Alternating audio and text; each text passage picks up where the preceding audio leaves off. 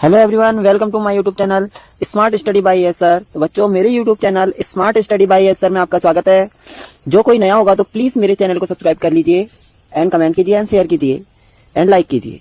तो बच्चों, आज हम पढ़ेंगे क्लास 10th की साइंस का फर्स्ट चैप्टर, यानी कक्षा 10 की विज्ञान का फर्स्ट चैप्टर पढ़ेंगे। पहला पार्ट जिसका नाम है रासायनिक अभिक्रियाएं एवं समीकरण। रासायनिक अभिक्रियाएं एवं समीकरण, ठीक है। स्टार्ट करते हैं। पहला टॉपिक है रासायनिक अभिक्रिया। रासायनिक अभिक्रिया किसे कहते हैं? देखो, ऐसे परिवर्तन जिनमें नए गुणों वाले पदार्थों का निर्माण होता है। ऐसे परिवर्तन जिसमें नए गुणों वाले पदार्थों का निर्माण होता है उसे ही रासायनिक अभिक्रिया कहते हैं, यानी उसको क्या कहते हैं? रासायनिक अभिक्रिया कहते हैं, ठीक है। तो रासायनिक अभिक्रिया किसे कहते हैं? ऐसे परिवर्तन जिसमें नए गुणों वाले पदार्थों का निर्माण होता है, रासायनिक अभिक्रिया कहलाती है। नेक्स्ट आगे टॉपिक है हमारा। अब देखो, अभिक्रिया, अब जो रासायनिक अभिक्रिया होती है उसके दो भाग होते हैं। पहला होता है अभिकारक, दूसरा होता है उत्पाद। अभिकारक और उत्पाद ये दोनों मिलकर रासायनिक अभिक्रिया का निर्माण करते हैं। ओके, तो अब पढ़ते हैं अभिकारक क्या होता है। अभिकारक क्या होता है? ऐसे पदार्थ जो किसी रासायनिक अभिक्रिया में हिस्सा लेते हैं उन्हें अभिकारक कहते हैं, यानी वे पदार्थ रासायनिक अभिक्रिया में भाग लेने वाले पदार्थों को ही अभिकारक कहते हैं। ओके, रासायनिक अभिक्रिया में भाग लेने वाले पदार्थों को ही अभिकारक कहते हैं। ओके, आगे है नेक्स्ट उत्पाद। उत्पाद क्या होता है? ऐसे पदार्थ जिनका निर्माण रासायनिक अभिक्रिया में होता है। ऐसे पदार्थ जिनका निर्माण रासायनिक अभिक्रिया में होता है, यानी अभिक्रिया के दौरान बने नए पदार्थों को उत्पाद कहते हैं। अभिक्रिया के दौरान जो नए पदार्थ बनते हैं उनको ही उत्पाद कहते हैं। ओके, अब देखो, जैसे भोजन का पाचन, श्वसन, लोहे पर जंग लगना, मैग्नीशियम, फीते का जलना, दही का बनना, ठीक है। अब ये अभिक्रियाओं के उदाहरण हैं, ठीक है। आगे है रासायनिक अभिक्रिया के प्रेक्षण। देखो, इसमें क्या होता है? रासायनिक अभिक्रिया के प्रेक्षण, इसमें जैसे अवस्था में परिवर्तन होता है, रंग में परिवर्तन होता है, तापमान में परिवर्तन होता है, गैस का उत्सर्जन होता है। ओके, तो ये सब होता है रासायनिक अभिक्रिया में। जो अभिक्रिया देखो कैसे, जो समीकरण बनती है रासायनिक अभिक्रिया में कैसे बनती है, देखिए। रासायनिक अभिक्रिया को प्रदर्शित करना, अब इसको प्रदर्शित करते हैं। अब देखो, ये जिंक हो गया और ये सल्फ्यूरिक अम्ल हो गया, ठीक है। तो ये अभिक्रिया में भाग ले रहे हैं, ठीक है। इनको क्या कहते हैं? अभिकारक कहेंगे। अब देखो, ये एरो है। अब बना जो हमारा बना क्या? जिंक सल्फेट बना और हाइड्रोजन रिलीज हो गया। तो ये हमारा जो नया पदार्थ बना वो क्या हो गया? उत्पाद हो गया। ओके, तो देखो, यानी अभिकारक और उत्पाद, यानी अभिकारक और उत्पाद से मिलके क्या बना? ये अभिकारक या उत्पाद, इससे मिलके क्या बना? रासायनिक समीकरण। क्या बना? रासायनिक समीकरण, ठीक है। और अभिक्रिया से जो होता है, यानी अभिकारक हो गए और उत्पाद हो गए, इन दोनों से मिलके क्या बनती है? रासायनिक समीकरण बनती है। ओके, नेक्स्ट पढ़ते हैं। तो आगे देखते हैं बच्चों।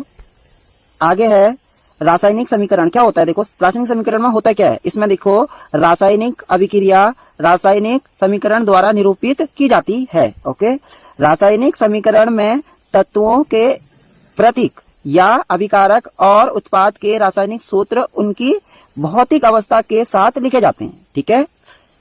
तो ये होता है रासायनिक समीकरण में। ओके, अब क्या है? देखो, रासायनिक अभिक्रिया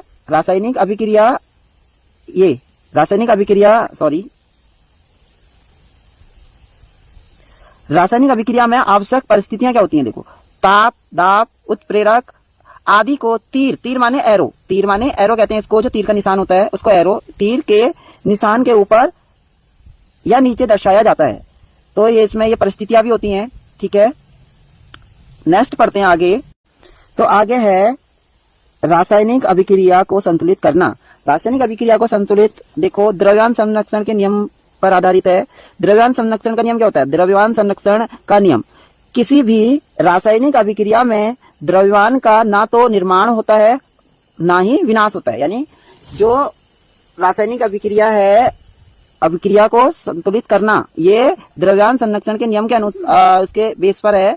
तो किसी भी रासायनिक अभिक्रिया में द्रव्यमान का ना तो निर्माण होता है और ना ही विनाश होता है। ओके, होता क्या है? रासायनिक अभिक्रिया के पहले रासायनिक अभिक्रिया के पहले का मतलब जो रासायनिक अभिक्रिया से पहले क्या होता है, अभिकारक, एवं उसके पश्चात यानी उत्पाद जो बनते हैं, प्रत्येक तत्वों के परमाणुओं की संख्या समान होती है। ओके, तो इसमें क्या होती है, प्रत्येक जो तत्व होते हैं उनके दोनों, जैसे अभिकारक के तत्व जो होते हैं उनके परमाणुओं की संख्या और उत्पाद जो होते हैं उनके परमाणुओं की संख्या क्या होती है, समान होती है। तो यही तभी हमारी जो समीकरण है संतुलित होती है। तो देखो अब रासायनिक जो समीकरण है उसको संतुलित करते हैं, हम समीकरणों को संतुलित करते हैं। देखो ये समीकरण दे रखी है हमको, इसको संतुलित करेंगे। ये हो गया हमारा अभिकारक, ये हो गए दोनों अभिकारक Fe और H2O, और ये Fe3 है, हाँ Fe3 है, और ये FeO4 है। ओके, ये 3 है तो ये गलत दे रखा है।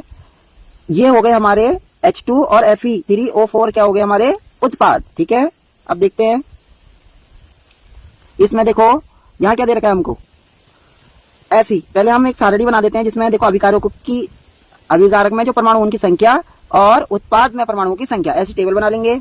यहाँ हम तत्व के नाम लिखेंगे, Fe हो गया, O हो गया, सॉरी H हो गया और O हो गया। O माने ऑक्सीजन, H माने हाइड्रोजन, Fe माने आयरन, आयरन माने लोहा। अब देखो इनके तत्व के जो परमाणु लिख लेते हैं। यहाँ Fe कितना है, ये Fe कितना है, Fe कितना है, 1 है, कुछ नहीं है तो क्या है यहाँ पे 1, तो 1 लिखा है। देखो यहाँ पे ये 1 लिख रखा है। अब इधर देखते हैं Fe, इस वाले पोर्शन में Fe कितना है, यहाँ पे 3 था, कितना था 3, और O 4 है। ओके, तो Fe3 हो गया, और O कितना है यहाँ पे, O कितना है 4। ये देखो ऑक्सीजन दिख रहा, ये ऑक्सीजन है, इसके 4 हो गए।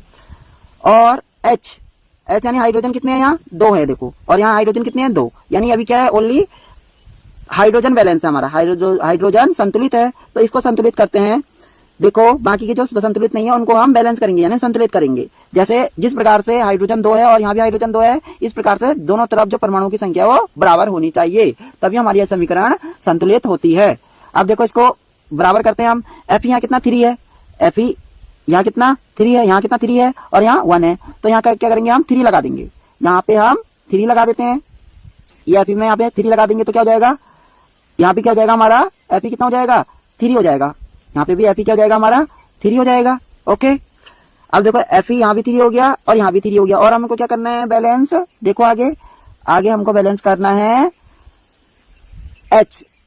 H2 है, Fe3 हो गया, Fe3 हो गया। ओके, और H2 हो गया और H2। अब O को बैलेंस करना है हमें, किसको करना है, O को बैलेंस करना है। O कितना है यहाँ पे, O कितना है 1 है, ये देखो यहाँ पे O कितना है 1 है O, और यहाँ कितना है O 4 है। तो क्या करते हैं हम, देखो यहाँ पे हम H के यहाँ पे क्या करें, हमने यहाँ को ये देखो 4 लगा दिया, यहाँ पे इस वाली यहाँ पे देखो 4 लगा दिया। ठीक है, अब क्या हुआ 4।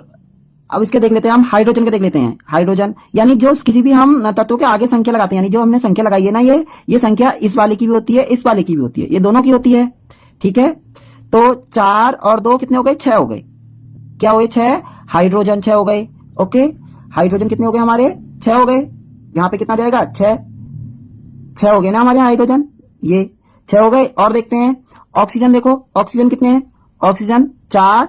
ये देखो मैंने क्या बोला, जो आगे लगाते हैं हम ये इसका भी होता है और इसका भी होता है। तो ये ऑक्सीजन लगाया तो 4 किसके हो गए, ऑक्सीजन के भी हो गए, यानी ये कितने हो गए 4 हो गए। ओके, 4 हो गए।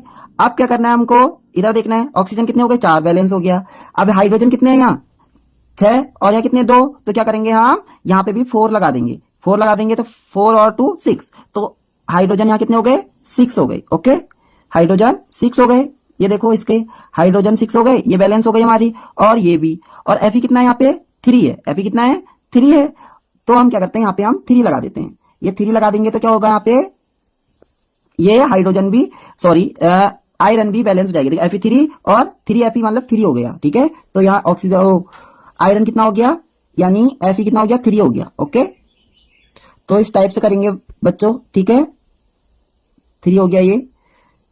ओके, Fe भी 3 और ये भी बैलेंस हो गया, यहाँ 4 लगाएंगे तो ये हो गई हमारी बैलेंस इक्वेशन। ठीक है, अब इसकी टोटल जो बैलेंस इक्वेशन है देखो यहाँ सब बैलेंस हो गया है। ठीक है, 4 और 2 6 हमारे हाइड्रोजन हो गए थे ये। ठीक है, 6 हाइड्रोजन हो गए, और ऑक्सीजन कितने हो गए 4 हो गए थे। ठीक है, 4 हो गए ऑक्सीजन, यहाँ भी ऑक्सीजन 4, और यहाँ हमने 4 लगाया, 4 और 2 6 हाइड्रोजन हो गए यहाँ भी, ठीक है। और Fe कितना है 3, और Fe कितना है 3। ये हो गई हमारी बैलेंस इक्वेशन, यानी दोनों तरफ क्या हो गए, हमारे जो परमाणु थे, तत्व थे, उन तत्वों के परमाणु की संख्या दोनों तरफ क्या है, सेम है। तो ये क्या हो गई, समीकरण संतुलित हो गई। ओके, ये देखिए जो ये हमारी पूरी संतुलित समीकरण है। ओके, ठीक है बच्चों, तो इस प्रकार से हम इसको संतुलित करेंगे, ठीक है। और मैं इसमें आपको बता दूं कि तो बच्चों मैं इसमें आपको बता दूं कि अभिकारक और जो उत्पाद होते हैं, इनकी अब भौतिक अवस्थाएं क्या क्या होती है। देखो, ठोस माने सॉलिड, और द्रव माने लिक्विड, और गैसीय माने जी। और जो जलीय होता है, जलीय विलयन होगा, उसको एक्वेटिक कहते हैं, AQ यानी एक्वेटिक कहते हैं, ठीक है बच्चों। ये देखो इस प्रकार से दिख रहा है ना आपको, इस प्रकार से समीकरण बनती है। देखो S माने सॉलिड, और G माने गैस, हाइड्रोजन है तो गैस, और S माने सॉलिड, और G माने गैस, ठीक है। तो इस प्रकार से हमारी समीकरण बनती है और संतुलित होती है। और मैं आपको बता दूं, जो रासायनिक परिवर्तन होते हैं 2 प्रकार के होते हैं। पहला होता है रासायनिक परिवर्तन, और दूसरा होता है भौतिक परिवर्तन। रासायनिक परिवर्तन में और भौतिक परिवर्तन में अंतर बता देता हूं मैं। रासायनिक परिवर्तन और भौतिक परिवर्तन क्या होता है, देखो, वे परिवर्तन जिसमें किसी भी पदार्थ की, किसी भी जो पदार्थ हो, कोई भी चीज हो, तत्व हो, उसकी बाहरी संरचना और गुणों में परिवर्तन हो जाता है, उसके बाहरी संरचना और गुणों में परिवर्तन हो जाता है, उसको कहते हैं भौतिक परिवर्तन, ठीक है। जैसे बल्ब का जलना क्या है, भौतिक परिवर्तन। देखो, बल्ब हम ऑन करेंगे तो जल जाएगा, और ऑफ करेंगे तो बंद हो जाएगा, लेकिन रहेगा तो बल्ब भी। उसकी आंतरिक संरचना में परिवर्तन हो रहा है, लेकिन बाहरी संरचना में कोई परिवर्तन नहीं हो रहा है, तो क्या हो गया, भौतिक परिवर्तन, ठीक है। नेक्स्ट दूसरा है रासायनिक परिवर्तन। रासायनिक परिवर्तन में वह रासायनिक परिवर्तन जिसमें पदार्थ की आंतरिक तथा बाहरी दोनों संरचनाओं में और गुणों में परिवर्तन हो जाता है। वह परिवर्तन जिसमें पदार्थ की बाहरी तथा आंतरिक दोनों संरचनाओं में परिवर्तन हो जाता है, उसको हम रासायनिक परिवर्तन कहते हैं। जैसे दही का जमना, मोमबत्ती का जलना, फलों का सड़ना, ये सब क्या है, रासायनिक परिवर्तन है। तो बच्चों ठीक है, नेक्स्ट पढ़ते हैं अगली वीडियो में, आगे का पढ़ते हैं, आगे जो बचा है वो नेक्स्ट अगली वीडियो में पढ़ते हैं। कैसी लगी वीडियो बताना एंड कमेंट में बताइएगा, एंड सब्सक्राइब जरूर कर लीजिए, नहीं हो तो please subscribe and like and comment, और थैंक यू।